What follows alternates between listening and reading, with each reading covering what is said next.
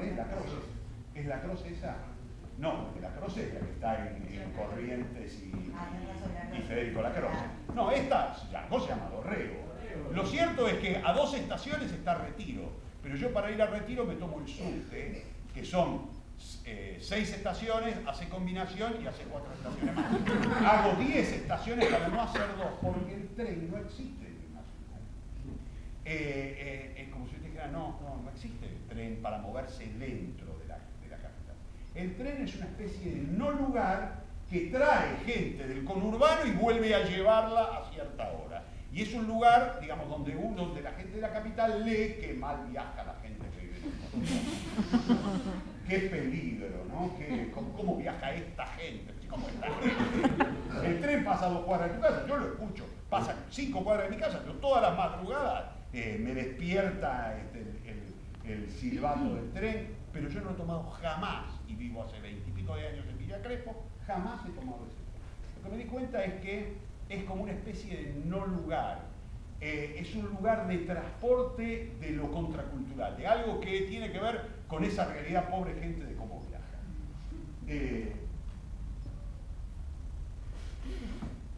Y como la sensación de es un traidor y llevador de otra cultura.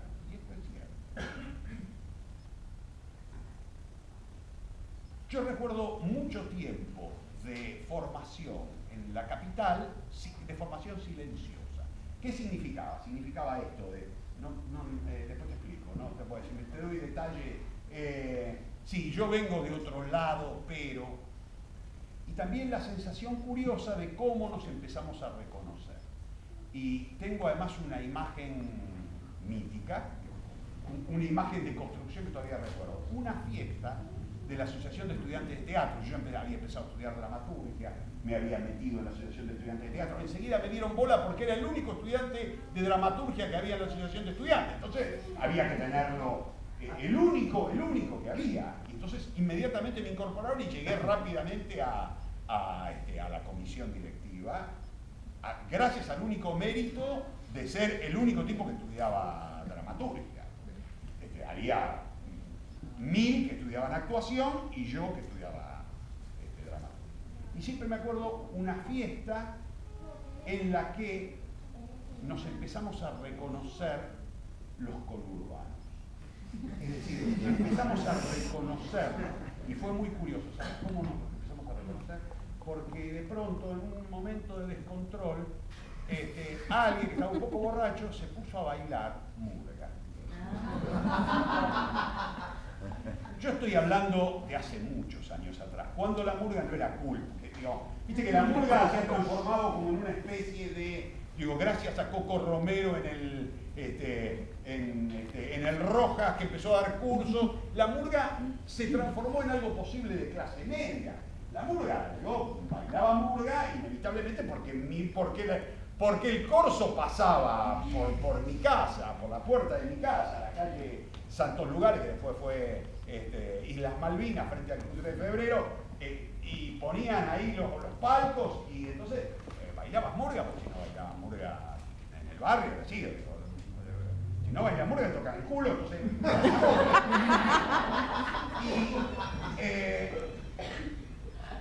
De pronto, así en un momento uno se puso a bailar y tiró las pataditas.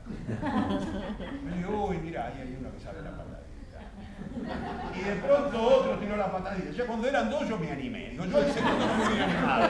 Pero no me hubiera animado por dramaturgo. Siempre los dramaturgos vamos muy atrás con poner el cuerpo. Pero cuando ya hubo 2 que tiraron la patadita, tiré patadita. Y lo que nos dimos cuenta es que 1 es unidad, 2 variedad, 3 multitud. Cuando llegó el número 3, estaba Sáenz Peña, Caseros, San Martín, y enseguida se acercó Lanús.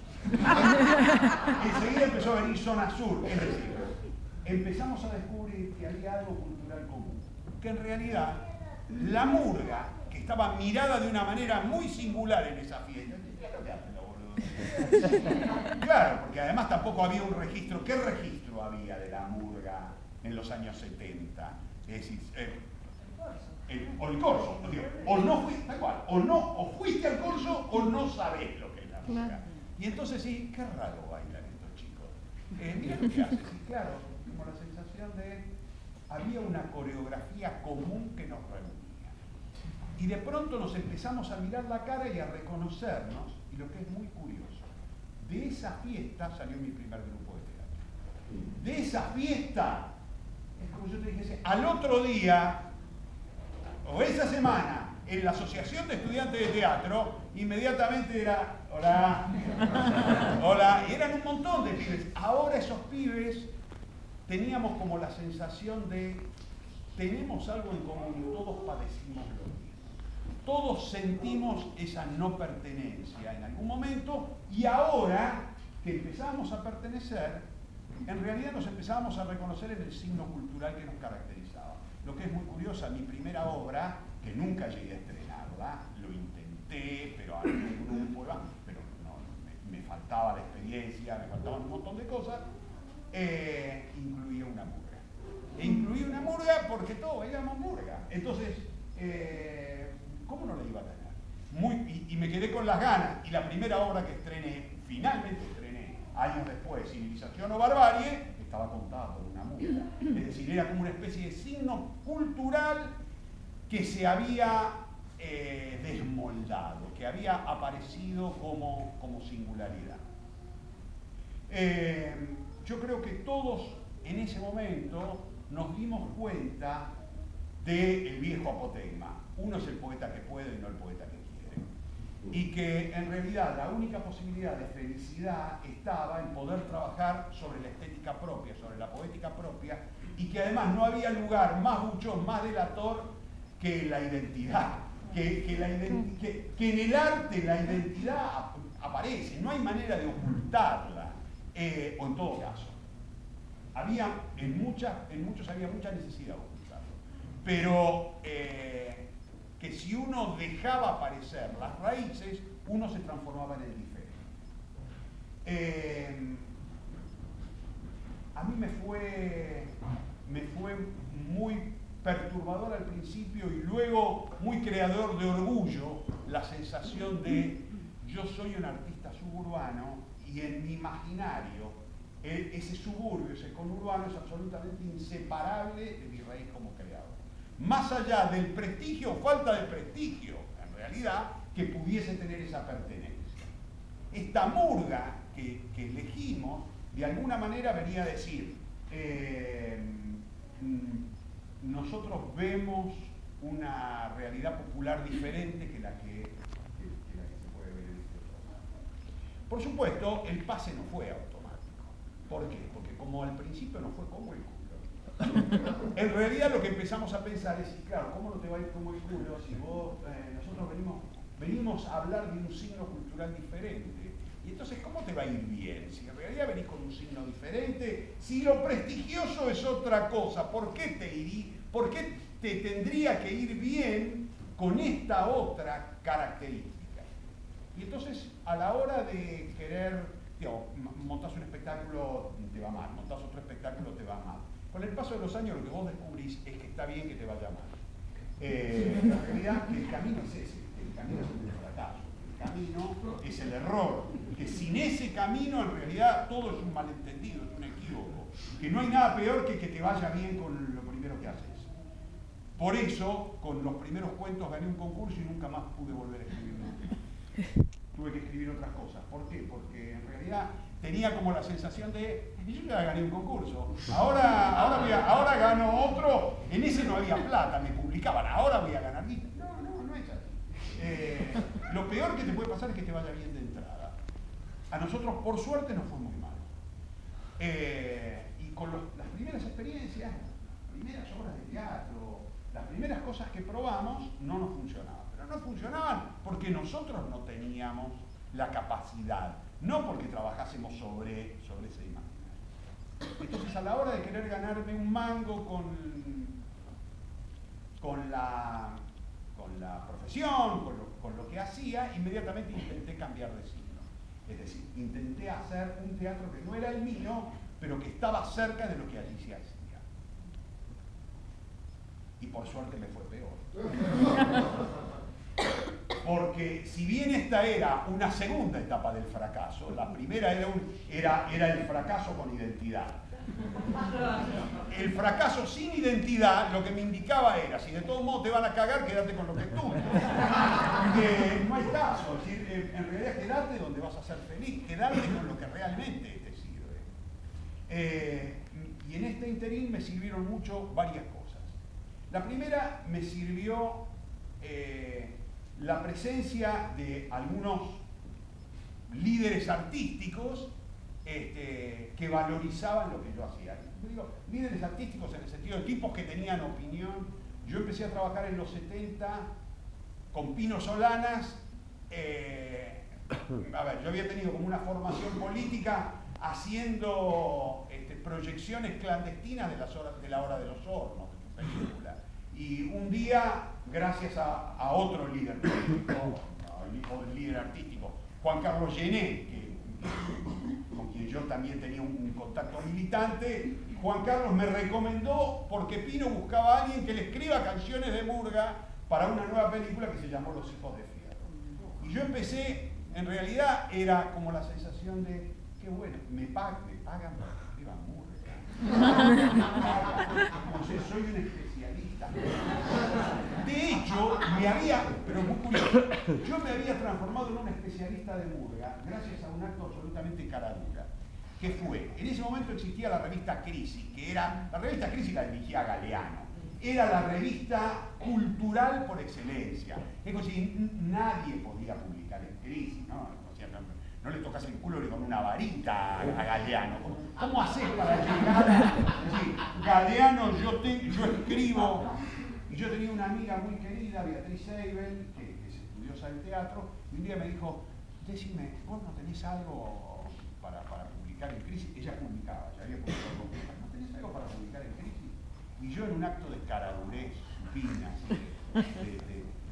casi de irresponsabilidad, le dije, sí, mira, yo estoy terminando una historia social de la murga en Argentina. Pero yo no tenía nada, no es que vos me decís, pero tenías 2 carillas. No tenía nada.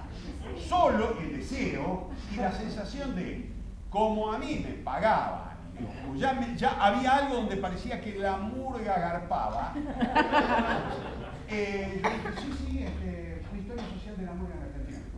Es un tema.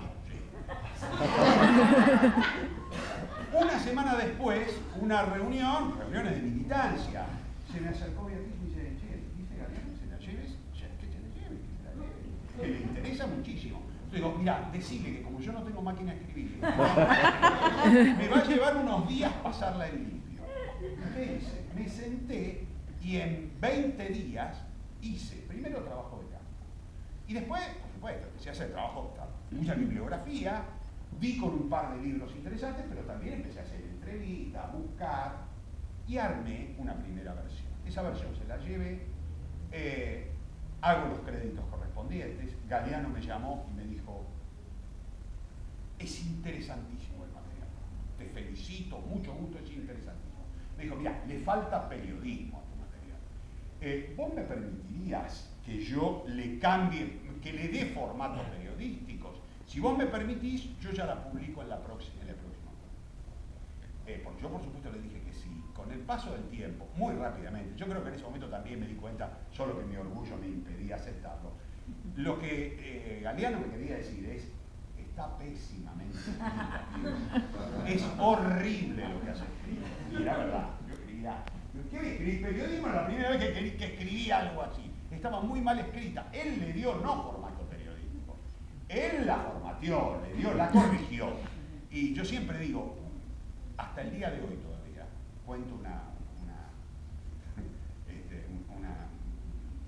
cosa de la intimidad. Llega Carnaval y a mí me llaman por teléfono por lo menos de 4 radios para hacerme una entrevista al aire sobre el tema de las murgas. Simplemente porque en 1972 publiqué una nota y no había nada publicado. Entonces esa nota además después la tomó Coco Romero la fotocopió y se la pasó a toda la gente que estudiaba murga, y yo me transformé en una especie de referente de que hasta el día de hoy me siguen llamando, pero es más, yo pido las canciones y me llaman, consiguen el teléfono y me llaman y dicen, ¿podés salir al aire a las 9 de la mañana? Ni en pedo, estoy de vacaciones, por favor, te pido a las 9 de la mañana, y yo tengo que salir a hablar de murga. Con lo cual, yo no puedo menos que agradecer a ese desmoldaje cultural suburbano que siguió dando leche durante tantas décadas, pero sobre todo, porque en realidad para lo que me sirvió es para descubrir que solamente trabajando sobre signos legítimos yo iba a poder construir. Que en realidad, si en las primeras cosas que yo hacía me iba tan mal con lo que era identitario como con lo que no era identitario, pues entonces, pero pará, si me dan mal con las dos cosas, elijo lo mío, voy a elegir efectivamente. El segundo paso muy conmovedor por esto fue empezar a trabajar a fin de la década de los 70, ya durante la dictadura, en un taller de dramaturgia con Ricardo Monti. Y cuando yo llegué yo le empecé a presentar proyectos, Ricardo lo primero que me dijo es, pero vos sos autor estrenado, vos tenés ya 3 obras estrenadas, ¿para qué venís? Yo le digo, mira, yo te voy a decir para qué. Yo vengo, Esteban, de lo que hablábamos hoy de los talleres, digo, yo vengo porque yo sé que a veces escribo bien y a veces escribo mal, pero nunca sé cuándo hago una cosa o cuándo hago otra. Entonces me dijo, para eso sirven los talleres sirven para entender cuándo escribís bien y cuándo escribís mal y por qué. Nadie te va a enseñar a escribir bien, pero te puede identificar cuándo haces una cosa y cuándo haces nada. Cuando yo empecé a llevar mis primeros proyectos, mi primer proyecto fue una obra sobre la que yo no tenía ningún tipo de expectativa, pero Monti había sido tan terminante en eso de, no, acá vas a regular tu imagen. Entonces llevé un proyecto de una obra que después se llamó Chau Misterio. Chau Misterio es una obra que yo estrené en 1982 y hasta el día de hoy, sin fallar, una sola temporada ha estado en cartel. De 1982 hasta ahora no bajó nunca, es decir, baja un elenco y sube otro, y baja un elenco y sube otro. Siempre en algún lugar de la Argentina o del mundo hay un elenco haciendo Chau Misterio desde el día que lo estreno. Pero lo curioso es que cuando Monti me dijo, yo le dije, mirá, yo tengo una cosa, pero digo, transcurre en la cuadra de mi casa y el protagonista soy yo. Es eso. Y entonces yo era más creer en el maestro que creer en la identidad. Porque la verdad es que yo pensaba, pero yo voy a escribir teatro. ¿A quién carajo le va a interesar la vida de un chico de 10 años en San Andrés durante un carnaval? Una vez más, el carnaval. Y Monti me decía, no importa. Digo, pero es que, ¿sabes qué? Los protagonistas son chicos de 10 años. ¿Quién puede hacer de chico de 10 años? Los actores no pueden hacer de chico de 10 años. No importa. Vos no te preocupes. Me dijo algo así como, el que especula no escribe. Estás especulando. Escribí. Y entonces, y sé como, digo, el subtexto era, dejate de joder y escribí. Dejé de joder y me puse a escribir. Y escribí esta obra tan curiosa en su devenir. Pues yo he escrito obras con las que me he ido muy bien, con las que he ganado premios, pero nunca había escrito una obra que desde el día que se estrenó no bajé nunca. Es decir, que continuamente haya alguien que se identifique, una vez más, con este imaginario suburbano. Yo decía, pero ¿por qué en la capital le va a interesar a alguien esto, no? ¿Por qué interesaría en el marco? No, en la capital no, se hizo en Dinamarca. Dinamarca tiene 2 versiones.